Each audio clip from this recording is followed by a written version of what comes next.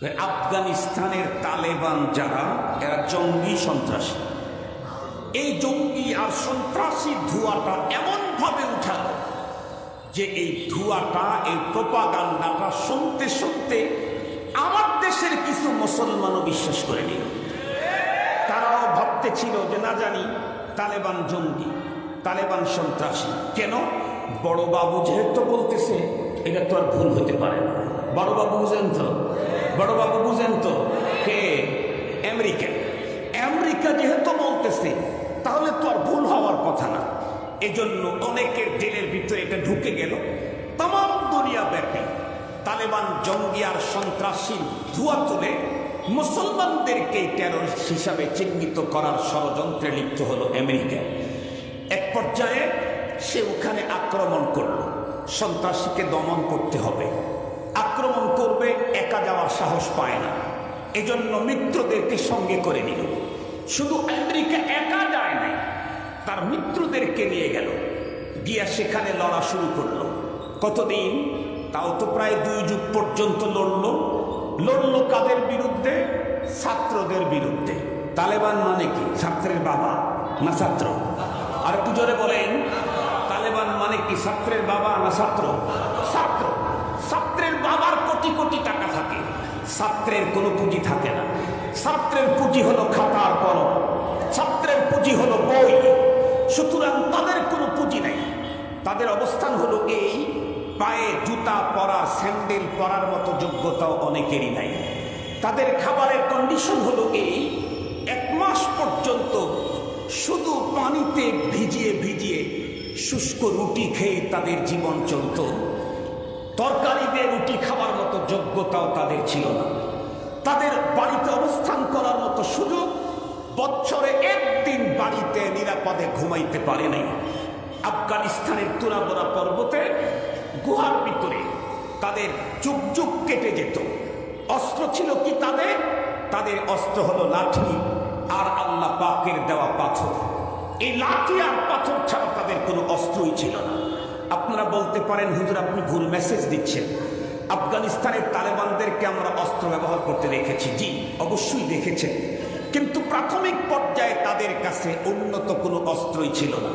যে অস্ত্রগুলি তাদেরকে ব্যবহার করতে দেখেছেন, এটা আসমানি মদদের মাধ্যমে আমেরিকাদের কাছ থেকে বিনা পয়সায় নেওয়া। বিনা পয়সা নেওয়া তো বুঝেছেন তো? বিনা পয়সা নেওয়া বুঝেছেন তো আপনারা? খোদাই মদদের মাধ্যমে, খোদাই মদদের মাধ্যমে আমেরিকান এবং তার মিত্র বাহিনীর কাছ থেকে নেওয়া। এটা ছিল আফগানিস্তানের তালেবানদের অস্ত্র। চলল 1 যুগ, চলল 1.5 যুগ, 2 যুগ পর্যন্ত যুদ্ধ করলো। শেষ পর্যন্ত কি দেখলো? অস্ত্র শস্ত্র গোলা বারুদ যা পাঠিয়েছি তা তো আর ফিরে কোনোদিনও আসবে না। যাদেরকে গোলা বারুদ দিয়েছি এরাও তো দিন দিন ফুরিয়ে যাচ্ছে। এজন্য এখন সুর পাল্টে দিল। মুহূর্তের ভিতরে পোল্ট্রি খেলো। ওই যে বড় বাবু পোল্ট্রি খেলো। এখন কি বলে? এখন দেখছে যে আফগানিস্তানের সাথে সখ্যতা করা ছাড়া আমি আমার একটা সৈন্যকেও দেশে ফিরাইতে পারবো না। এজন্য সাথে সাথে সুর চেঞ্জ করে দিল। বলে তোমরা আসলে সন্ত্রাসী না, তোমরা কোনো জঙ্গি না, তোমরা হলে শান্তিকামী। আর শান্তিকামী মানুষের সাথে আমাদের আগের থেকেই পীড়িত আছে। এজন্য আসো তোমাদের সাথে একটু পীড়িত করি। আমেরিকা এখন পীড়িত করা শুরু করছে। কার সাথে? এতদিন পর্যন্ত জঙ্গি আর সন্ত্রাসী বলে বকা দিয়ে নির্মমভাবে নির্যাতন করলো যাদের, সেই তালেবানের সাথে। আজকে হাতে হাত মিলায়, আজকে বুকে বুক মিলায়, আজকে এক টেবিলে বসে চা চক্রে মিলিত হয় এই আমেরিকা। মুহতারাম হাজিরিন, কখন মিলিত হয়েছে? যখন দেখেছে গোলা বারুদ কোনোটাই ফেরত আনার সম্ভাবনা নাই, সৈন্য আমি রিটার্ন ব্যাক পাবো না, সুতরাং তাদের সাথে সখ্যতা করা ছাড়া বিকল্প কোনো পথ নাই। তখনই সুর চেঞ্জ করে তালেবানদের সাথে তারা বৈঠকে বসলো। মুহতারাম হাজিরিন, ভালো করে বুঝবেন, আমি জিজ্ঞাসা করতে চাই, তালেবানদের খাবার অবস্থা ভালো ছিল না, পোশাক উন্নত ছিল না, পায়ের জুতা পর্যন্ত ছিল না, অস্ত্র শস্ত্র ছিল না। পৃথিবীর সবচাইতে সুপার পাওয়ারের বিরুদ্ধে এই যুগেও মহাবিজয় দান করলেন। লজ্জাজনক শোচনীয় পরাজয় বরণ করতে হলো আমেরিকা তার মিত্র বাহিনীকে। এই বিজয় ছিল কার মদদে? জোরে বলেন, এই বিজয় ছিল কার মদদে? নিঃসন্দেহে খোদাই মদদে। আল্লাহ পাক আমাদেরকে 1400 বছর আগে মেসেজ দিয়েছেন, ওয়ালা তাহিনু ওয়ালা তাহজানু ওয়া আনতুমুল আ'লাউন ইন কুনতুম মুমিনিন। একটা কোয়ালিটি ভালো করো, একটা কোয়ালিটি উন্নত করো, সেটি হলো তোমার ঈমানটাকে পিওর করো, ঈমানটাকে খাঁটি করো, ঈমানটাকে ভেজাল মুক্ত করো। ঈমান যখন ভেজাল মুক্ত হবে, তোমার সাথে আমার নেটওয়ার্ক আর সম্পর্ক যখন গভীর হবে, তোমাকে কেউ আক্রমণ করলে তোমার অস্ত্র লাগবে না, তোমাকে হেফাজত করার জন্য আমার অস্ত্র ব্যবহার হবে। মুহতারাম হাজিরিন, খুব ভালো করে বুঝবেন, খুব ভালো করে কথাগুলি বুঝবেন। এখন বলতে পারেন, হুজুর তো আমরাও তো মুমিন মুসলমান, তো আমাদের জন্য খোদাই মদদ আসে না কেন? আমরা যে মুমিন মুসলমান, সেই মুমিনদের অবস্থাটা কি আমি একটু আপনাদেরকে বুঝাই। মুমিন কাকে বলে? মুমিন কাকে বলে? যার কাছে ঈমান আছে। কোন জিনিসের ঈমান? কমপক্ষে মর্নিং বক্তব্যে যেটা পড়েছিলাম, এটা তো থাকতেই হবে। আমানতু বিল্লাহি কামা হুয়া বিআসমাইহি ওয়া সিফাতিহি ওয়া কাবিলতু জামিআ আহকামিহি ওয়া আরকানিহি। ছোটবেলায় মর্নিং বক্তব্যে পড়েছিলেন, মনে পড়ে কি? আল্লাহর প্রতি ঈমান আনলাম। আল্লাহর প্রতি ঈমান এতটুকুন, বলে এতটুকুন আমার জন্য খোদাই মদদ পাওয়ার জন্য যথেষ্ট নয়। আপনাদেরকে বিষয়টা বুঝবার জন্য একটা মিসাল দিলে ভালো বুঝবেন। আমাদের দেশের সরকার, আবার মনে করেন না আওয়ামী লীগ বলছি, আমি কিন্তু বলছি আমাদের দেশের সরকার। এখন আওয়ামী লীগ আছে, আওয়ামী লীগ, আবার আওয়ামী লীগ আসবে, আওয়ামী লীগ, আবার আওয়ামী লীগ আসবে, আওয়ামী লীগ, পরে যদি আরো কোনো লীগ আসে সেই লীগ, যেই হোক আর কি, সরকার যে হবে, সরকার তার কিছু লোক থাকে, সরকারি চাকরিজীবী থাকে। সরকারি চাকরিজীবীরা অনেক কোয়ালিটির হয়, তাদের অনেক লেভেল থাকে। সর্বোচ্চ লেভেলে যে থাকে সরকারি চাকরিজীবী, সর্বোচ্চ লেভেলে যে থাকে, সে 24 ঘন্টায় 8 ঘন্টা ডিউটি না, তাদের 24 ঘন্টা ডিউটি থাকে, এদের ছুটি থাকে না। এজন্য সরকার তাদের বাড়ির ব্যবস্থা করে, তাদের গাড়ির ব্যবস্থা করে, তাদের ফোনের ব্যবস্থা করে, তাদের বিদেশে ভ্রমণের ব্যবস্থা করে, তাদের সিকিউরিটি ব্যবস্থা করে, তাদের অফিসে সিকিউরিটি থাকে, তাদের বাসায় সিকিউরিটি থাকে। তারা যখন পথ চলে সামনে আর পিছনে, সরকার তাদেরকে সিকিউরিটি দেয়, তাদের বেতন হয় 2-3 কোটি টাকা। আরও কিছু মানুষ এই সরকারেরই কাজ করে, এরাও সরকারি চাকরি করে। সহজ একেবারে বোঝাবার জন্য বলি, আমাদের দেশে আনসার আছে না? আনসার চিনেন নাকি? আচ্ছা, না চিনলেন গ্রাম পুলিশ তো চেনেন, তাও যদি না চেনেন চৌকিদার। এখন আর না চেনার কোনো শব্দ নেই, আমরা অবশ্যই বুঝে ফেলেছি। এরাও কিন্তু সরকারের কাছ থেকে বেতন ভাতা পায়, কিন্তু এদের কন্ডিশন কি? এরা অনেকেই সারা বছর সরকারি কাজ করে, মাঝে মাঝে সরকারি কাজ করে। যখন নির্বাচন দরকার, যখন অমুক জায়গায় বিজেপি কার্ডের চাউল টাউল দিবে, অমুক জায়গায় সমাবেশ হবে, তখন নিয়ন্ত্রণের জন্য লাগে। তো সারা মাসে তাদের জন্য একটা নামসাম বেতন থাকে, আর যখন ডিউটিতে যায় তখন স্পেশাল তাদের জন্য আর একটা বাজেট থাকে। বলুন তো দেখি, এদের বেতন কয় লাখ হয়? 5 লাখ।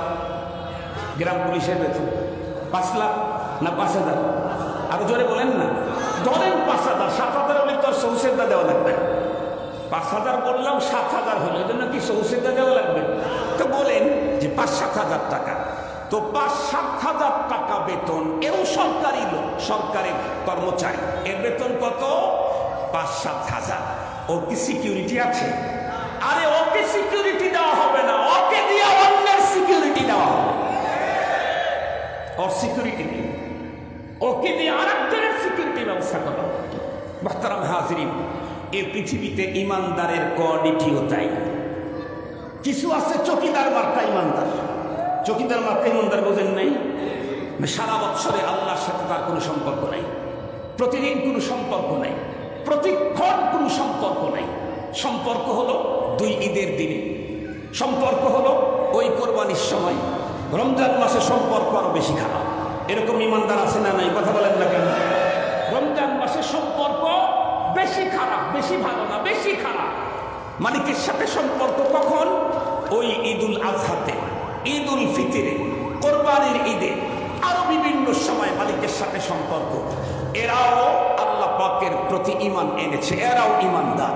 আর কিছু ঈমানদার আছে 24 ঘন্টার প্রতিটি সেকেন্ড আর মুহূর্তে মালিকের সাথে সম্পর্ক, একটা সেকেন্ড একটা মুহূর্ত মালিকের কোনো হুকুম লঙ্ঘন তারা করে না। এই জাতীয় ঈমানদার যারা হয় তাদের সিকিউরিটির জন্য আসমানের মালিক গার্ড পাঠায়া দেয়। আপনাদের কি কথা বুঝতে সমস্যা নেই তো? মুহতারাম হাজিরিন, আমি আগেই বলেছি চকিদারকে দিয়ে অন্যের সিকিউরিটি দেওয়া হয়, তার কোনো সিকিউরিটি গার্ড থাকে না। মুহতারাম হাজিরিন, আমার দেশের আমরা যারা ঈমানদার তারা হলো চকিদার মার্কা ঈমানদার। কথা বলেন না কেন ভাই? আমরা যারা ঈমানদার আমরা হলাম চকিদার মার্কা ঈমানদার। বরং গভীরভাবে লক্ষ্য করলে দেখা যাবে আমাদের অনেকের ঈমানই নেই। নামাজ আছে, রোজা আছে, টুপি আছে, দাড়ি আছে, দিনের কথা আছে, মসজিদের মুতাওয়াল্লিগিরি আছে, মাদ্রাসার সভাপতিগিরি আছে, মাগার ঈমান নাই। এরকম ঈমানদার সারা দুনিয়াতেই এখন ছেয়ে গেছে, ভরে গেছে। আমাদের দেশেও কম নাই এরকম ঈমানদার। সহজে বুঝবার জন্য একটা মিসাল দিলে খুব ভালো বুঝবেন। আমাদের বর্তমান সময়ে কিন্তু আল্লাহ শুকুর সব দিকেই যেহেতু ডেভেলপ, সব দিকেই ডেভেলপ, সব কিছু উন্নত। আমাদের দেশটাও এখন স্মার্ট বাংলাদেশ। এই জন্য আমাদের হুজুররাও এখন স্মার্ট হুজুর। বিশেষ করেন আপনারা এখন স্মার্ট হুজুর। আমরা ছোটবেলায় শুনতাম হুজুরেরা বয়ান করতেন, কোরআন শরীফের আয়াত তেলাওয়াত করতেন, হাদিস পড়তেন, নাম্বার টাম্বার বলতেন না। আমরাও খুব কমই বলি। কিন্তু এখন যে হুজুররা আসতেছে কোরআন শরীফের আয়াতের নাম্বার তো বলে, হাদিসের নাম্বারও বলে। স্মার্ট হুজুর। কথা কি বুঝাইতে পারছি? তো মনে করেন আপনাদের অঞ্চলে কোনো এক স্মার্ট হুজুর আছে, সেই হুজুর হলো আপনাদের মসজিদের খতিব। কিন্তু মসজিদের মুতাওয়াল্লি, মসজিদের সেক্রেটারি, মসজিদের কোষাধ্যক্ষ, মসজিদের পরিচালনা পরিষদের মেম্বার, এরাও অনেক আছে। বাংলাদেশের অনেক জায়গাতেই দেখা যায় যে এই জাতীয় লোকগুলা যত পরে আসুক তাদের জন্য জায়নামাজ বিছানো থাকে প্রথম কাতারে অথবা দ্বিতীয় কাতারে। আপনাদের বালুকায় তো আর নাই, বালুকাতেও আছে। আল্লাহ পাক হেফাজত করুক। আমিন বলেন, আমিন বলেন। মসজিদ তো একটা জায়গা, যে আগে যাবে সে আগে বসবে। হাদিসে পাকের ভিতরে জুমাবারে 6টা আমল করলে তার জন্য সিরিয়াস নেকির কথা বলা আছে। মোল্লা আলী কারি রহমতুল্লাহ আলাইহি লিখছেন যে সহিহ হাদিসের দ্বারায় কোন নফল ইবাদতের জন্য এই মনের নেকির কথা কোন হাদিসে পাওয়া যায় না। কিন্তু সেইখানেও শর্ত দেওয়া আছে। এই নেকিটা পাওয়ার জন্য শর্ত হলো এই লোকটা মুসল্লিদের ঘাট ডিঙ্গিয়ে ডিঙ্গিয়ে সামনে না আসতে হবে, এটা শর্ত। অর্থাৎ যে এই 6 শর্ত মানতে গিয়ে কোনো মুসল্লির ঘাট ডিঙ্গিয়ে সামনে গেছে, ওর জন্য এই ফজিলত শেষ। ফজিলত এটা বললাম না, সময় লাগবে, লম্বা টাইম, এই জন্য বললাম না। মুহতারাম হাজরিন, কিন্তু এখন তো সিস্টেম মসজিদের মুতাওয়াল্লি এটা বিছায়া রাখতে হবে, তো বিছায় রাখছে। হুজুর তো স্মার্ট হুজুর। হুজুর এখন আজকে আগের থেকে নিয়ত করছে, কোরআন শরীফের ভিতরে আল্লাহ পাক বলছেন আহাল্লাল্লাহুল বাইআ ওয়া হাররামার রিবা। আজকে উনি রিবা নিয়ে আলোচনা করবেন। এই জন্য কোরআন শরীফের আয়াতগুলি সাজিয়েছেন, এরপরে নবীজির হাদিসগুলাও সাজিয়েছেন, নাম্বার টাম্বার দিয়েই নিয়ে আসছেন। এরপরে হুজুর স্মার্ট হুজুর বক্তব্য শুরু করছেন। নাহমাদুহু ওয়া নুসাল্লি আলা রাসূলিহিল কারীম। আজকে আমার আলোচনা সুদ আর ঘুষের উপরে। এ কথা বলতেই মসজিদের মুতাওয়াল্লি যে বড় সুদী মহাজন এটা ওনার মনে নাই। স্মার্ট হুজুরের হাদিস নাম্বার মনে আছে, কিন্তু ওনার মুতাওয়াল্লি যে সুদী মহাজন এটা মনে নেই। ও এরপরে ওনার যে সেক্রেটারি যে ঘুষখোর এলাকার ভিতরে নাম করা স্ট্যান্ডার্ড, এটাও ওনার মনে নাই। তো উনি বক্তব্য দেওয়া শুরু করছেন। বলেন তো দেখি, আমি নিজেও যদি সুদখোর ঘুষখোর হই আর আমার সামনে যদি আপনারা সুদ আর ঘুষের বিরুদ্ধে কথা বলেন, আমার তো খুব মজাই লাগবে না সাজা লাগবে? কথা বলেন, কষ্ট লাগবে না? কষ্ট লাগবে। তো সাথে সাথে কষ্ট যদি হয়, লজ্জাজনক কথা হয়, তখন মাথা উঁচু করে না, মাথা নিচু করে, মাথা নিচু করে বসে রইল। চিন্তা করলো দুইজনে কিন্তু মুতাওয়াল্লি সাহেব, সেক্রেটারি সাহেব যে হুজুর হয়তো 3-4 মিনিট কথা বলবে, তারপরে অন্য প্রসঙ্গের দিকে চলে যাবে, আপাতত না হয় কিছুক্ষণ মাথা নিচের দিকে দিয়ে রাখলাম, পরে যখন এই প্রসঙ্গ চলে যাবে তখন মাথাটা উঁচু করে বসতে পারবো। কিন্তু হুজুর তো আগের থেকে 1 সপ্তাহ আগে নিয়ত করছে যে এইবারের ওয়াজ হবে হলো সুদ আর ঘুষের উপরে। হুজুর এখন সুদের উপরে কথা বলতেছেন, কোরআন শরীফের আয়াত বলতেছেন, হাদিস শরীফ বলতেছেন, কোরআন শরীফ বলতেছেন, হাদিস শরীফ বলতেছেন। 2 মিনিট, 5 মিনিট, 10 মিনিট, 12 মিনিট পর্যন্ত যায়, হুজুর এটা আর ছাড়ে না। মুতাওয়াল্লি আর কতক্ষণ সহ্য করতে পারে? এক পর্যায়ে মাথাটা উঁচু করে সহ্য করতে না পেরে বললেন, এই হুজুর, বক্তব্য এটা বন্ধ করেন। আপনি বলেন তো দেখি, তাহলে এই লোকটা মসজিদের মুতাওয়াল্লি নিশ্চিত, এই লোকটা এই মসজিদের প্রথম সারি বা দ্বিতীয় সারির মুসল্লি নিশ্চিত, তবে এই লোকটা বেঈমান এটাও নিশ্চিত। এই লোকটা কথা বলেন না কেন? এই লোকটা বেঈমান এটাও নিশ্চিত। কেন লোকটা বেঈমান? কেন আমরা প্রত্যেকেই জানি। আমানতু বিল্লাহি কামা হুয়া বিআসমাইহি ওয়া সিফাতিহি ওয়া কাবিলতু জামিআ আহকামিহি ওয়া আরকানিহি। 100% যদি কেউ মুমিন হতে চায়, যদি কোনো ব্যক্তি মুমিন হতে চায়, কোরআনুল কারীমের বিসমিল্লাহর বা থেকে সূরা নাসের সিন পর্যন্ত আল্লাহ যত বিধান দিয়েছেন সবগুলি বিধান তাকে মানতে হয়। আবারও বলছি, কোরআনুল কারীমের বিসমিল্লাহর বা থেকে সূরা নাসের সিন পর্যন্ত যত বিধান যা বলেছেন টোটাল তার উপরে 100% বিশ্বাস, অবিচল আস্থা স্থাপনের নাম হলো ঈমান। ভালো করে বুঝবেন, ইমানদার হইতে পুরা কোরআন মানতে হয়। বেঈমান হওয়ার জন্য পুরা কোরআন অস্বীকার করা লাগে না, বেঈমান হওয়ার জন্য পুরা কোরআন অবিশ্বাস করা লাগে না, বেঈমান হওয়ার জন্য পুরা কোরআনের উপরে অনাস্থা আনা লাগে না। কোরআনুল কারীমের যে কোনো একটা শব্দকেও যদি কোনো মানুষ অস্বীকার করে তাহলে তার আর ঈমান থাকে না।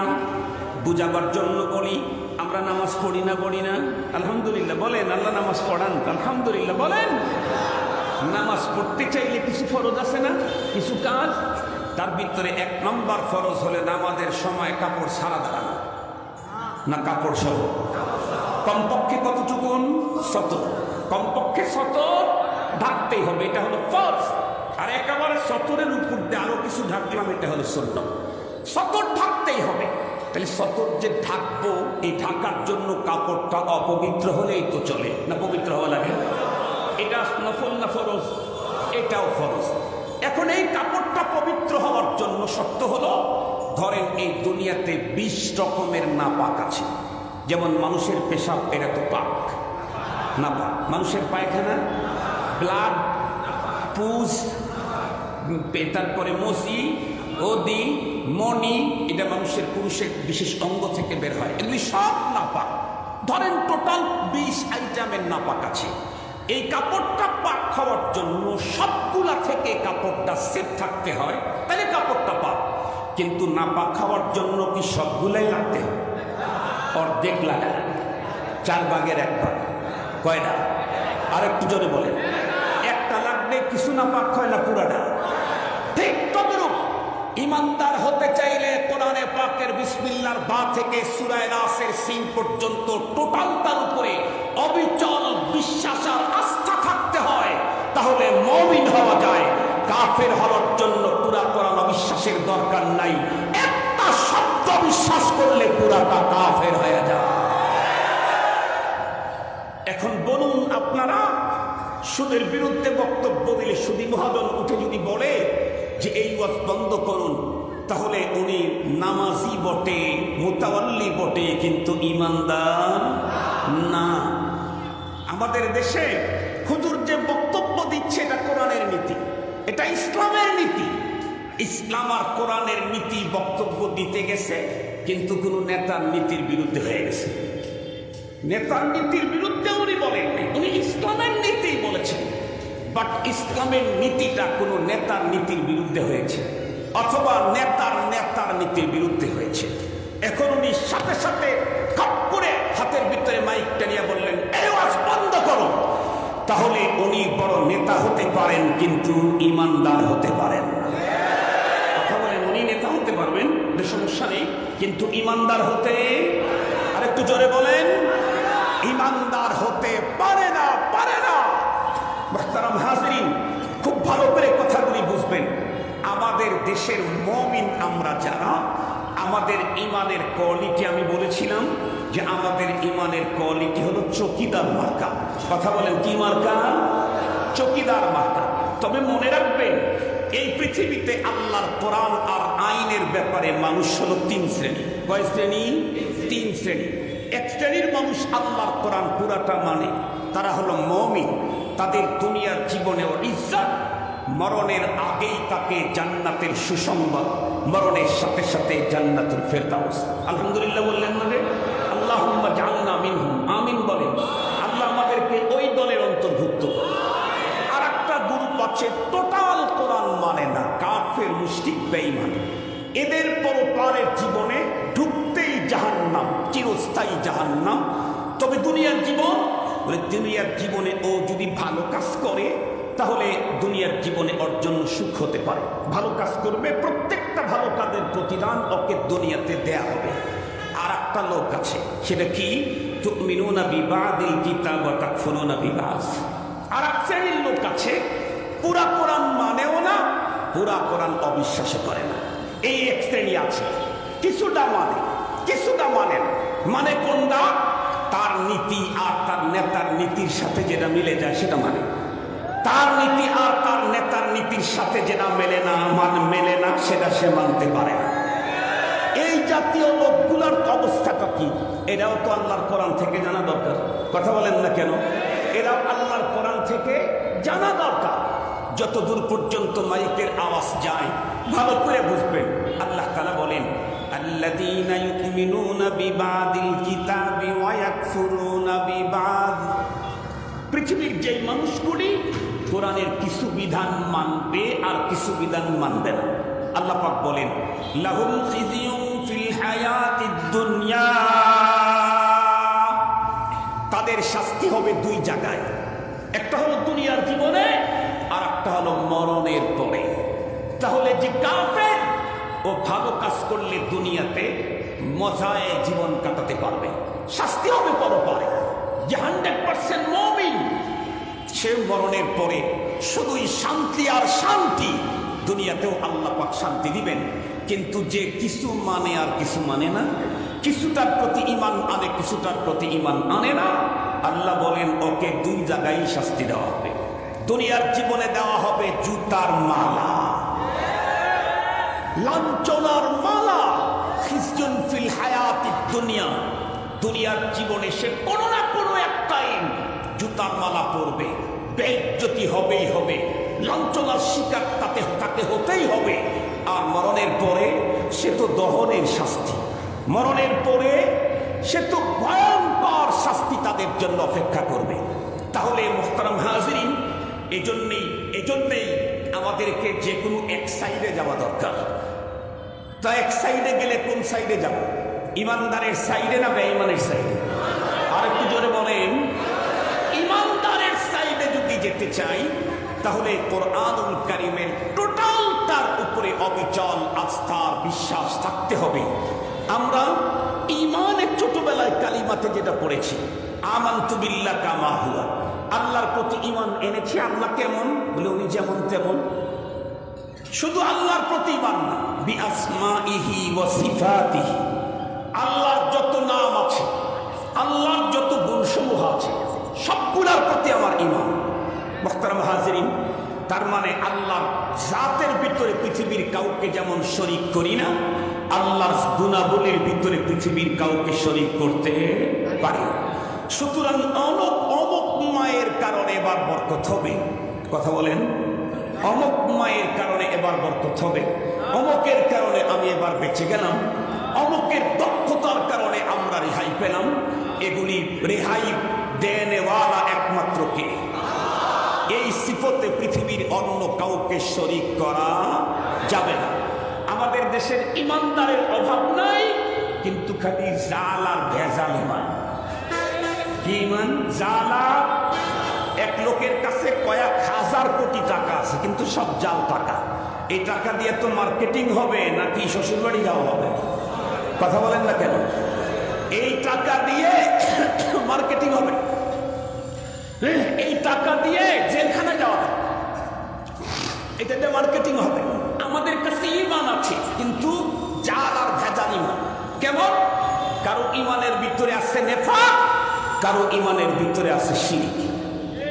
কারো ঈমানের ভিতরে কি আছে?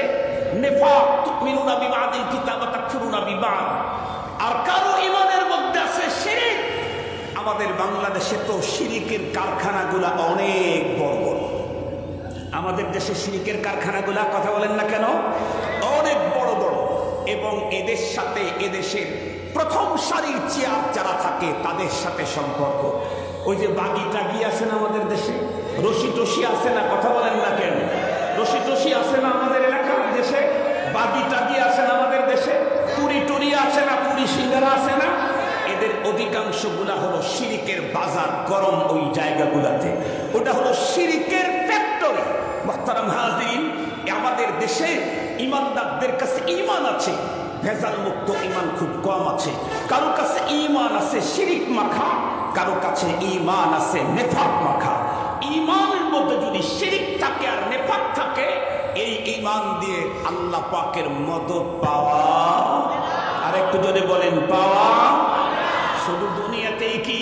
না না, শুধু দুনিয়াতে যদি এটা হয়ে শেষ হয়ে যেত যে আমার ঈমানে একটু ভেজাল আছে, তাতে দুনিয়াতে একটু ঝামেলা আছে, মরণের পরে আর ঝামেলা নাই, তাহলে না হয় বলতাম যে কিছুদিন করেন ঝামেলা, দুনিয়াতে একটু হোক হোক, মরার পরে তো ক্লিয়ার।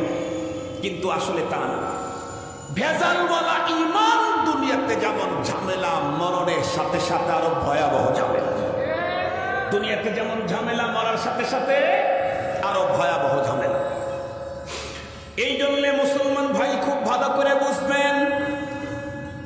অনেক লম্বা কথা বলে আপনি পরবর্তী বক্তার বন্ধুরা আমার সময় নষ্ট করতে চাই না, তবে একটা মেসেজ আপনাদের কাছে পৌঁছাইতে চাই। আমরা তথ্য প্রযুক্তিতে দুনিয়ার ভিতরে যদি 1 নাম্বার না হতে পারি তাতে তেমন সমস্যা নাই। আমরা যদি পারমাণবিক অস্ত্রে পৃথিবীর ভিতরে নাম্বার 1 হতে না পারি তাতেও কোনো সমস্যা নাই। আমরা যদি বন্ধুরা আমার অ্যাটমিক পাওয়ারে দুনিয়ার ভিতরে নাম্বার 1 না হতে পারি তাতেও কোনো সমস্যা নাই। একটা বিষয়ে যদি 1 নাম্বার হতে পারি সেটা হলো ঈমান। কসম আল্লাহ, যে কোনো মুহূর্তে, যে কোনো কান্ট্রিতে, যে কোনো দেশে যখনই আমি আক্রান্ত হব, আমাকে সিকিউরিটির ব্যবস্থা করবেন 24 ঘন্টা আমার আল্লাহ। আল্লাহ পাক আমাদেরকে আগেই বলেছেন, ওয়ালা তাহিনু ওয়ালা তাহজানু ওয়া আনতুমুল আ'লাউন ইন কুনতুম মুমিনিন। তোমরা ভয় পেও না, হীনবল হইও না, বিজয় তোমাদেরই যদি তোমরা মুমিন হতে পারো। আল্লাহ পাক আরো বলেন, ওয়া কানা হাক্কান আলাইনা নাসরুল মুমিনিন। মুমিনদেরকে সাহায্য করা সে তো আমার নিজের জিম্মাদারি। আল্লাহ পাক রব্বুল আলামিন নিজে নিজের উপরে যে জিম্মাদারি নিয়েছেন সেই জিম্মাদারি কখনো অবহেলা করতে পারেন না। বিষয়টাকে একদম আসানির সাথে বোঝাবার জন্য আপনাদের খেদমতে এর আগেও বলেছিলাম, এই মঞ্চে আজকেও আবার বলি, মুজাদ্দিদ হাকিমুল উম্মত মুজাদ্দিদুল মিল্লাত আশরাফ আলী থানভী রহমাতুল্লাহি আলাইহির একজন মুজাজ ছিলেন। অত্যন্ত বিনয়ী, মজদুব ছিলেন, মজনুন না, মজজুব ছিলেন। মজনুন, মজনুন হলো যার বন্ধুরা আমার যে পাগল মস্তিষ্কের বন্ধুরা আমার, তার যার ছিঁড়ে গেছে সে হলো মজনুন। মজদুব হলো ওই ব্যক্তি যেই ব্যক্তি তার সিনার ভিতরে, অন্তরের ভিতরে আল্লাহকে একমাত্র জায়গা দিয়ে দিয়েছে। উনি মজনুন ছিলেন না, মজদুব ছিলেন। খাজা আজিজুল হাসান রহমাতুল্লাহি আলাইহি, উনি ছিলেন ইন্ডিয়ার ডিসি। কোনো একদিন বৃষ্টি হয়ে গেছে, বাজারের ভিতরে পথ চলা শুরু করছেন হুজুর, পথ করে চলতেছেন ধীরে ধীরে। এমনই মুহূর্তে বন্ধুরা আমার, ওনার পাটা পড়ছে এমন একটা জায়গায়, উনি ভাবছেন এখানে গর্ত নেই, আস্তে ওখানে পাটা ফেলছেন, যেই পা ফেলেছেন অমনি গর্তের ভিতরে পড়ে গেছে। এর কারণে ওনার পায়ের নিচ থেকে কাদা পানি তীরের মতো ছিঁড়ে গিয়ে সরে গিয়ে বন্ধুরা আমার পাশ দিয়ে যাইতেছিল এক যুগল প্রেমিক প্রেমিকা, দুইজন। প্রেমিকার সুন্দর কাপড়ের ভিতরে লেগে কাপড়টা নষ্ট হয়ে গেছে। যুবক যখন দেখলো কিরে আমার প্রেমিকার কাপড়ের ভিতরে কাদা ছুড়লোকে, তাকায় দেখে একজন বুড়ো মানুষ। যুবকের মেজাজ আরো স্ট্রং হয়ে গেল। কেন? বৃদ্ধ লোককে আঘাত করলে সে তো আর প্রতিবাদের কোনো ক্ষমতা রাখে না। যুবক তখন দাঙ্গা চোখে সামনের দিকে আগায় আসলো। এক পর্যায়ে খাজা আজিজুল হাসান মজদুব রহমাতুল্লাহি আলাইহিকে ধাক্কা দিল। উনি অপ্রস্তুত ছিলেন। ধাক্কা দেওয়ার সঙ্গে সঙ্গে আল্লাহর বান্দা জমিনে পড়ে গেলেন। ওনার কাপড়ের মধ্যে দুই এক জায়গায় বন্ধুরা আমার কাদা লেগে গেল। উনি শুধু একটু তাকায়া বললেন, কে ভাই, তুমি আমাকে ধাক্কা দিয়ে ফেলে দিলে। যুবক তখন উত্তর করে, বুড়ো, বেশি কথা যদি বলো তাই চোখটাই কিন্তু তুলে ফেলবো। উনি কিন্তু তখন স্ট্যান্ডিং ডিসি। উনি যদি ইশারা করে ও যুবকের 14 গোষ্ঠী মুহূর্তের ভিতরে জেলখানায় ঢুকায় দিতে পারবে। কিন্তু আগে বলেছি উনি মজনুন না, উনি হলেন মজজুব। মজনুন হলো যাদের মাথায় প্রবলেম, মজনুন হলো যাদের মাথায় প্রবলেম, মজজুব হলো যাদের মাথায় শুধুমাত্র আল্লাহ আর আল্লাহ। উনি বন্ধুরা আমার কিছুই বললেন না। যুবক বকবক করতে করতে চলে গেল। বান্ধবীর হাত ধরে মজায় দুইজন পথ চলতেছে, সুন্দর রাস্তায়, কোথাও কোনো ঝামেলা নাই। যেতে যেতেই হঠাৎ করে এমনিতেই পেছকে পড়ে গেল। যুবক হাত ধরেছিল, তারপরেও তার এই বান্ধবীর হাত ধরে রাখতে পারল না। চিটকে যখন পড়ে গেল, বান্ধবীর পাটা ভেঙে গেল। গোশতের ভিতর দিয়ে পায়ের হাড্ডিটা বাইরে বেরিয়ে গেল। সঙ্গে সঙ্গে যুবকের বন্ধুরা আমার অচেতনতা খুলে গেল। যুবক তখন চিন্তা করলো, এই জায়গায় তো আমার বান্ধবী পড়ার কথা না। এই জায়গায় আমার বান্ধবী পড়ে এই পরিমাণের আক্রান্ত হওয়া, অ্যাক্সিডেন্ট হওয়া, নিঃসন্দেহে যে বৃদ্ধ লোকটাকে আঘাত করেছিলাম উনি হয়তো আল্লাহর কোনো বিশেষ বান্দা হবেন। চকিদারওয়ালা ইমান না, চকিদারওয়ালা ইমান না, আনসার মার্কা ইমান না, আনসার মার্কা ইমান না। আগেই তো বলেছি, যেই মানুষটার 24 ঘন্টা মাথার মধ্যে থাকে শুধু আল্লাহ আল্লাহ, যেই মানুষগুলি তাদের দিল গায়রুল্লাহ থেকে 100% পরিষ্কার করে রব্বুল আলামিনকেই ডেকেছেন। হর তামান্না দিল সে রুখসত হো গয়া, আব তু আজা, আব তু খুলওয়াত হো গয়া। ওগো মালিক, মাথার মধ্যে আর কাউকে রাখি নাই, সব সরাইয়া দিয়েছি।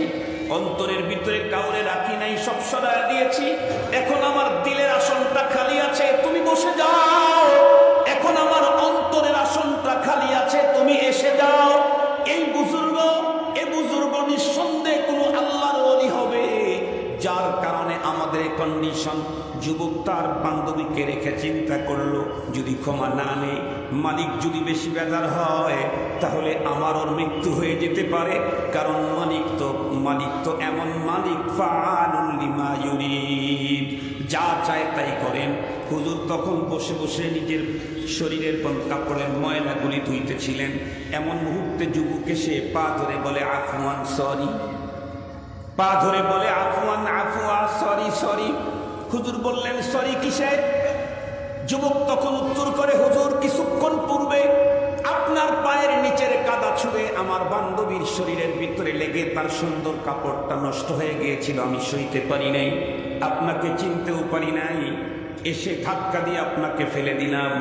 এরপরে আমি আমার বান্ধবীর হাত ধরে চলতেছিলাম সুন্দর ফ্রেশ রাস্তার ভিতরে, এমনিতেই বান্ধবী আমার পড়ে গেল।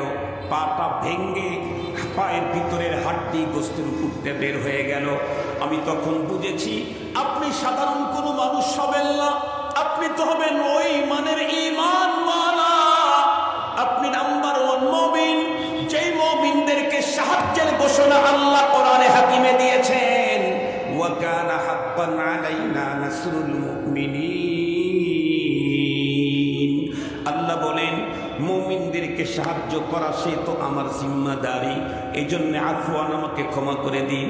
বুজুর্গ তখন যুবকটাকে কাছে টেনে নিল, বুকের ভিতরে জড়ায় ধরল, যুবককে ডেকে বলে, ও যুবক, আমার পায়ের কাদা ছুঁড়ে তোমার বান্ধবীর সুন্দর পোশাকে লেগে গেছে, এ কারণে তুমি সইতে পারো নাই, আমার প্রতি ক্রোধান্বিত হয়ে আমাকে ধাক্কা দিয়ে ফেলে দিলে। যুবক, তুমি জানো কি, তুমি তোমার বান্ধবীরে যতটুকু মহব্বত করো তার চাইতে কোটি কোটি গুণে বেশি এই পাগলটারে আমার আল্লাহ মহব্বত করে।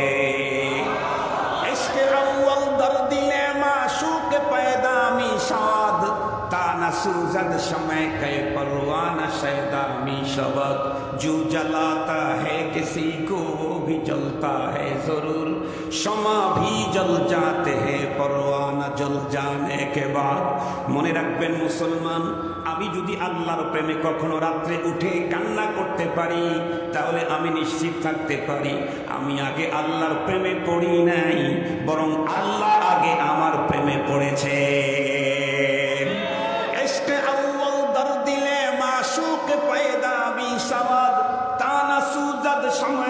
परवाना शैदानी शवाद जो जलाता है किसी को वो भी जलता है जरूर, शमा भी जल जाते हैं परवाना जल जाने के बाद। আমি কি বলেছিলাম, আল্লাহ পাক আমাদেরকে আগেই মেসেজ দিয়েছেন, লা তাহিনু ওয়া লা তাহজানু ওয়া আনতুমুল আ'লাউন ইন কুনতুম মুমিনিন। তুমি শুধু একটা কোয়ালিটি অর্জন করো, তোমার ইমানটা পিওর করো, ইমানটাকে সাচ্চা করো, ইমানটাকে খাঁটি করো, ইমানটাকে পরিপূর্ণ করো। অস্ত্র নাই, জনবল নাই, অসুবিধা নাই, তোমাকে সাহায্য করব আমি আসমানের মালিক, জমিনের মালিক আল্লাহ। রব যদি কাউরে সাহায্য করেন দুনিয়ার সব মিলেও তার কোনোদিন কোনো ক্ষতি করতে পারে না।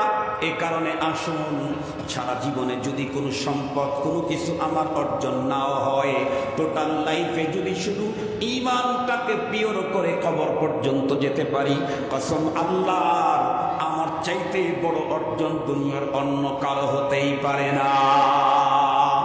গাড়ি নাই, বাড়ি নাই, পাওয়ার নাই, চেয়ার নাই, কিচ্ছুই অর্জন হয় নাই। 80 বছর 90 বছরের জীবনে ঈমানটাকে পিওর করতে পারছি, ঈমানটাকে খাঁটি করতে পেরেছি। 80 বছরের জীবনে শুধু মুমিন হইতে পেরেছি, আর কিছু হতে পারি নাই। ফুস্তু রাব্বিল কাবা, কাবার মালিকের কসম, আমি শুধু কামিয়াব না, আমার চাইতে বড় অর্জন পৃথিবীর কারো নাই। জাতিসংঘের মহাসচিব ঈমান যদি অর্জন করতে না পারে, ওর অর্জনও আমার কাছে কিছুই না, যদি আমার ঈমান অর্জন হয়। মুহতারাম হাজিরিন, এজন্য ঈমান আনতে হবে। মুমিনের কাতারে থাকলেই মুমিন হওয়া, কথা বলেন না কেন? মুমিনের কাতারে থাকলেই মুমিন হওয়া, মুসলমানদের সমাজে থাকলেই মুসলমান হওয়া যায় না। ইঞ্জিনিয়ারের পোলার ভাইগনার ভাতিজা হইলেই ইঞ্জিনিয়ার হওয়া যায় না। ইঞ্জিনিয়ারের ছেলে, ইঞ্জিনিয়ারের ভাইগনা, ইঞ্জিনিয়ারের ভাতিজা, ইঞ্জিনিয়ারের নাতি, ইঞ্জিনিয়ারের নাতনি, ইঞ্জিনিয়ারের জামাতা, সব চতুর্দিকে ইঞ্জিনিয়ার, খালি উনি, কথা বলেন, উনি এটা অর্জন করেননি, তাহলে উনি জীবনেও ইঞ্জিনিয়ার হতে পারবে না। এই জন্য ঈমান আমাদেরকে অর্জন করতে হবে, ঈমান আমাদেরকে শিখতে হবে, ঈমান আমাদেরকে জানতে হবে। আল্লাহ পাক আমাদেরকে পুরাপুরি মুমিন হওয়ার তৌফিক দান করুন। আসতে হইলো ভাই, একটু জোরে বলবেন কি আল্লাহ? আর চিল্লা বলেন আমিন। আল্লাহ তুমি কবুল করো, আল্লাহ তুমি কবুল করো, আল্লাহ তুমি কবুল করো। আল করিম ইদা ওয়াদা ওয়াফা, ভদ্র মানুষ ওয়াদা করলে পূরণ করে। আমি ওয়াদা দিয়েছিলাম সূরাতুল ফাতিহার তরজমাটা করে দেব, মনে আছে না আপনাদের? আমি বলেছি যে আমার একটা আলোচনা আজকে করতে আমার দিল খুব চাইতেছে, সেটা হলো ঈমানের ব্যাপারে। এই জন্য আলোচনাটা আপনাদের খেদমতে পেশ করলাম। এখন সূরাতুল ফাতিহা একেবারে শুরু থেকে তরজমা করি। আল্লাহ তাআলা বলেন, আলহামদুলিল্লাহি রাব্বিল আলামিন। আল্লাহ তাআলা বলেন, সকল প্রশংসা সকল জগৎসমূহের মালিক আল্লাহ পাকের জন্যে। দুনিয়াতে যত মানুষ যার যত প্রশংসাই করুক, মূলত এই প্রশংসা কার হবে? আল্লাহ। আমি মনে করেন এই জামাটা, আমি এই কাপড়টা আমি কিনেছি, এরপরে আমি তো বানাই নাই, বানাইছে তো দর্জি। যখন পড়ছি লোকেরা বলে হুজুরের যা রুচি কি সুন্দর, হুজুরের বয়সই কমে গেছে 20 বছর, কথা বলতেছি আর একদম ইয়ং মনে হচ্ছে। এই জিনিসটা পড়ার পরে এই যে এত প্রশংসা আমার করলো মোহতারাম হাজরিন, আসলে তো এটা আমি বানাই নাই, বানাইছে তো দর্জি, ইস্তারিটা আমি করি নাই, ইস্তারি করছে, কথা বলেন না কেন, ওই দর্জি বোতামগুলা সেই লাগাইছে, কিন্তু প্রশংসা তার হচ্ছে না, আমার হচ্ছে না। কেন? কারণ সে এগুলা লাগাইছে, আমি তাকে অর্ডার দিয়েছি, আমি করাইছি, তাই করেছে। এ দুনিয়াতে মানুষ বলে আর অমুকের যে ব্রেন, অমুকের যে বুদ্ধি, আর সারা বাংলাদেশের সবার মাথায় যা না আছে অমুকের মাথায় তা আছে। এই জাতীয় যত প্রশংসা মানুষ দুনিয়ার যার করুক, ফুলের করুক, গাছের করুক, আসমানের করুক, জমিনের করুক, গাড়ির করুক, বাড়ির করুক, পোশাকের করুক, সবগুলা যত মানুষ যারই প্রশংসা করুক, সবগুলা গিয়ে মূলত কার উপরে পড়বে? কেন? কারণ এই সবগুলা আবিষ্কার কার? এই ফুল গাছের আবিষ্কারক আল্লাহ, এই অমুক গাছের আবিষ্কারক আল্লাহ, এই কাপড় তৈরি যে করছে সেই তৈরিকারককে। এই জন্য যত প্রশংসাই করুক, বাসায় আপনি দাওয়াত করেছেন অনেক লোককে, আইটেম নিয়ে আসছেন 25টা, একটাও কিন্তু আপনি পাকান নাই, পাকাইছে বেগম সাহেবা অনেক কষ্ট করে, কিন্তু লোকজন যাইতে যাইতে বলে খান সাহেবের বাড়ির মেহমানদারিটা আসলে একটা স্মরণ রাখার মতো, আসলে এরকম হয় না, কি যে মজার খানা। আমি পাকাইছি না, আমার ম্যাডাম পাকাইছে ম্যাডাম, কিন্তু ম্যাডামের কোনো প্রশংসা হলো না, সব প্রশংসা আমার। কেন? ম্যাডামরে আমি না নিয়ে এসে দিলে উনি কোথার থেকে পাকাইতেন, এই জন্য প্রশংসাটা আমার হয়ে যাচ্ছে। তামাম দুনিয়ার সবগুলাকে তৈরি করছেন কে? এজন্য দুনিয়ার যত যা প্রশংসা করেন সব প্রশংসা কার? আবিষ্কারকের। আলহামদুলিল্লাহ রাব্বিল সকল প্রশংসা দুনিয়ার এই গড়ি আবিষ্কারকের যত প্রশংসা করেন এটাও রবের প্রশংসাই। মুহতারাম হাজিরিন, যে রব কেমন? আর রহমান আর রহিম। আর রহমান আর রহিম, যার দয়া ব্যাপক এবং যার দয়া পরিপূর্ণ। সুবহানাল্লাহ বলেন না যে ব্যাপক দয়া, মুসলিম অমুসলিম সবাইকে আল্লাহ তাআলা খাওয়াইতেছেন, পরিপূর্ণ দয়া। পরপারে আল্লাহ মুসলমানদেরকে এমন দয়া করবেন সারা জিন্দেগি শুধু খাইতেই থাকবে, কোনো কাজ করা লাগবে না, পরিপূর্ণ দয়া করবেন আল্লাহ তাআলা আখিরাতে। সুবহানাল্লাহ বললেন না যে দুনিয়াতে আল্লাহর দয়া হলো ব্যাপক, হিন্দু মুসলিম নাস্তিক মুরতাদ সবাই পাচ্ছে, পরপারে আল্লাহর দয়া হলো পরিপূর্ণ। দুনিয়াতে যারাই খেতে চায় একটু কষ্ট করে খেতে হয়, আর দুনিয়া বিল ওয়াসাইল লা বিল ফাজাইল। কিন্তু পরপারে আল্লাহ তাআলা ব্যাপক দয়া করবেন না, তবে যাদেরকে দয়া করবেন পরিপূর্ণ দয়া করবেন। জীবনে কোনোদিন কোনো কিছু রান্না করে খেতে হবে না। সুবহানাল্লাহ বললেন না যে কাউকেই কোনো কাজ করে খেতে হবে না, পরপারে। আর রহমান আর রহিম, মালিক ইয়াউমিদ্দিন, প্রতিদান দিবসের মালিক। কোন দিবসের মালিক? কথা বলেন না কেন? তাইলে এখন প্রশ্ন আসতে পারে, হুজুর তাইলে কে যে এখনকার যে দিন রাত চলতেছে এগুলার মালিক না? সবগুলার মালিক উনি। এরপরেও ওই দিনের মালিকানাটার বিশেষ কিছু কারণ বলা হয়েছে। ওই দিন তো এমন হবে যে দুনিয়ার ক্ষণস্থায়ী ইজারাদার কিছু আছে কি বলেন? বাজারের মালিক না, বাজারের মালিক তো গভর্নমেন্ট, কিন্তু একজন 3 বছরের জন্য ইজারা নেয় না, কথা বলেন না কেন? ইজারা নিয়ে উনি ভাড়া উঠায়, তো উনি কি মালিক না ইজারাদার? আর জোরে বলেন। আমাদের দেশের খালেদা হাসিনা এরশাদ যা বলেন এরা হলো 5 বছরের ইজারাদার। কথা কি বুঝাইতে পারছি আপনাদেরকে? এরা সব কি? আর একটু জোরে বলেন। ইজারাদার, মালিক কেনা? আর একটু জোরে বলেন কে? দুনিয়াতে তাও ইজারাদার আছে, আখেরাতে ইজারাদার নেই। দুনিয়াতে তো ইজারাদার আছে, আখেরাতে আল্লাহ বলবেন লিমানিল মুলকুল ইয়াউম, আজকে নেতৃত্ব কর্তৃত্ব চেয়ার পাওয়ার কার? সব শেষ করে দিয়ে আল্লাহ তাআলা বলবেন লিমানিল মুলকুল ইয়াউম। কয়েকদিন ইজারা দিয়েছিলাম, আমানত রেখেছিলাম, খুব দিছি ইজারা, আমি মালিক। এরকম লোক আছে না? কিছু থাকতে দিছে দয়া করে, কিছুদিন পরে মালিকের মালিকানা অস্বীকার করে, ও হলো গাদ্দার। কথা বলেন ও কি? জোরে বলেন। মালিক থাকতে দিছে দয়া করে, কয়েকদিন পরে মালিকের মালিকানা অস্বীকার করে নিজে মালিকের দাবি করে। ও কি? আরো জোরে বলেন, ও কি? গাদ্দার। আল্লাহ তাআলা আমাদেরকে দুনিয়াতে কয়েকদিন থাকতে দিয়েছেন, আমি যদি মালিকানার দাবি করি আমি গাদ্দার। আল্লাহ পাক আমাদেরকে হেফাজত করুক, আমিন বলেন। তো আল্লাহ পাক ওই দিন বলবেন লিমানিল মুলকুল ইয়াউম, আজকে রাজত্ব কার, আজকে রাজত্ব কার। মুহতারাম হাজিরিন, খুব ভালো করে বুঝবেন। এরপরে আল্লাহ তাআলা কি বলেন? মালিক ইয়াউমিদ্দিন, ইয়্যাকা না'বুদু ওয়া ইয়্যাকা নাস্তাঈন। আল্লাহ আমাদেরকে শিখিয়ে দিতেছেন ইয়্যাকা না'বুদু, নিঃসন্দেহে আমরা আপনারই ইবাদত করি, আপনার ইবাদত করি না, কিন্তু আপনারই ইবাদত করি। ওয়া ইয়্যাকা নাস্তাঈন, এবং আপনার কাছেই সাহায্য চাই। তার মানে বাবা টাবার দরবারে আমরা যাইতে রাজি না। ইয়্যাকা নাস্তাঈন মানে, কথা বলেন, ইয়্যাকা না'বুদু ওয়া ইয়্যাকা নাস্তাঈন মানে শিরিক মুক্ত ঈমান, শিরিক মুক্ত ইবাদত। তো তোমার চাবো তোমার কাছে, তোমার কাছেই শুধু চাবো। একটা মজার ঘটনা শুনি আপনাদেরকে। পৃথিবীর ভিতরে নাম করা একজন খতিব ছিলেন আব্দুল মজিদ নদীম সাহেব রহমাতুল্লাহি আলাইহি। পাকিস্তানে, বাংলাদেশে উনি আসতেন, আন্তর্জাতিক সম্মেলনগুলোতে উনি বয়ান করতেন। দুনিয়ার থেকে বিদায় নিয়েছেন, পৃথিবীর বহু রাষ্ট্রে উনি বয়ান করেছেন। তো উনি পাকিস্তানের ভিতরে একদিন বয়ান করতেছেন উর্দু দিয়ে, ওনার ভাষা উর্দু। তো উর্দু দিয়ে বয়ান করতে করতে এই কথাই বলতেছেন যে রিজিক দেনে ওয়ালা কোন है? আল্লাহ। আল্লাহ নেই, আল্লাহ হি বল, আল্লাহ হি বল। উনি বলতেছেন যে আল্লাহই, এটা বলেন, আল্লাহ না, আল্লাহই।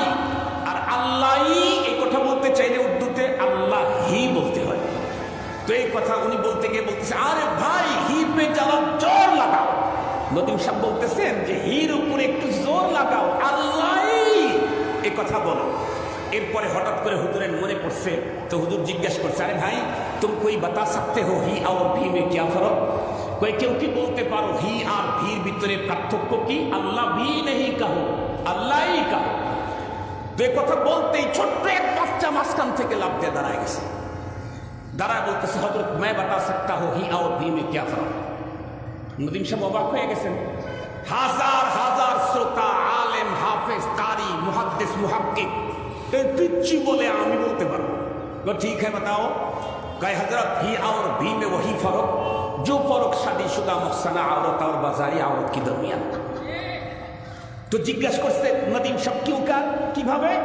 कहे देखिए हजरत, शादीशुदा मुहसना औरत अपनी शौहर को कहते हैं मैं तेरे ही लिए, मैं तेरे ही लिए, लेकिन बाजारी औरत जिसको पाते हैं कहते हैं कि मैं तेरे लिए भी, मैं तेरे लिए। উনি বলেন, ছোট বাচ্চা বলতেছে, হুজুর, হি আর ভির ভিতরে পার্থক্য হলো সতী সাধুরী সুন্দর চরিত্রবতী নারী আর বাজারের চরিত্রহীন নারীর ভিতরে যে পার্থক্য, হি আর ভির মধ্যেই পার্থক্য। অবাক হয়ে গেছেন, আরে কেমনে? কয় দেখেন, সতী সাধুরী নারী যারা হয়, এরা এদের হাজবেন্ডকে বলে, স্বামীকে বলে, আমি আপনার জন্যই, আর কারো জন্য না, আমি আপনার জন্যই। কিন্তু বাজারে যারে কাছে পায় তারে বলে আমি তোমার জন্য, আমি তোমার জন্য। তো মুহতারাম হাজিরিন, কথাটা আমার মনে পড়ছে। তো আমরা আল্লাহ পাকের প্রতি আল্লাহরই ইবাদত করি, মনে থাকবে তো? আল্লাহর ভি মানে আল্লাহরও না, আল্লাহরই। ইয়্যাকা না'বুদু, আমরা আল্লাহরই ইবাদত করি, আল্লাহরও ইবাদত করি। আল্লাহরও ইবাদত করে হলো রশিয়ানা, আল্লাহরও ইবাদত করে হলো বাগিওয়ালারা। কথা বলেন না কেন? আল্লাহরও ইবাদত করে হলো পুরি আর সিঙ্গারাওয়ালা। মনে থাকবে তো আপনাদের? ওরা ইধার ভি উধার ভি, আল্লাহ ভি বেজার না হো, শয়তান ভি খুশ রহে। আল্লাহ যেন মন খারাপ না করে, শয়তানের যেন সন্তুষ্ট থাকে। এই দুই সিস্টেমে যারা চলে, আল্লাহ পাক হেফাজত করুক আমাদেরকে। 1-2 মিনিটের মধ্যে শেষ করে দিচ্ছি। এরপরে ইহদিনাস সিরাতাল মুস্তাকিম, আল্লাহ তাআলা আমাদেরকে শিখিয়ে দিচ্ছেন যে তোমরা আমার কাছে দোয়া করো, আল্লাহ আমাদেরকে সঠিক পথে চালাও। সঠিক পথ কোনটা? সিরাতাল্লাযীনা আন'আমতা আলাইহিম, ওই মানুষদের পথ যাদেরকে তুমি পুরস্কৃত করেছো। পুরস্কৃত করছেন কাদেরকে? আল্লাহ তাআলা বলেন, উলাইকাল্লাযীনা আন'আমাল্লাহু মিনান নাবিয়্যিন ওয়াস-সিদ্দীকিন ওয়াশ-শুহাদাই ওয়াস-সালিহিন। 4 প্রকারের মানুষকে আল্লাহ তাআলা পুরস্কৃত করেছেন, নবী, সিদ্দিক, শহীদ, সালেহীন। আল্লাহ বললেন যে যাদেরকে পুরস্কৃত করা হয়েছে তাদের পথে চালাও, এই দোয়া আমার কাছে তোমরা করো। ইহদিনাস সিরাতাল মুস্তাকিম সিরাতাল্লাযীনা আন'আমতা আলাইহিম গায়রিল মাগদুবি আলাইহিম ওয়ালাদ-দাল্লিন।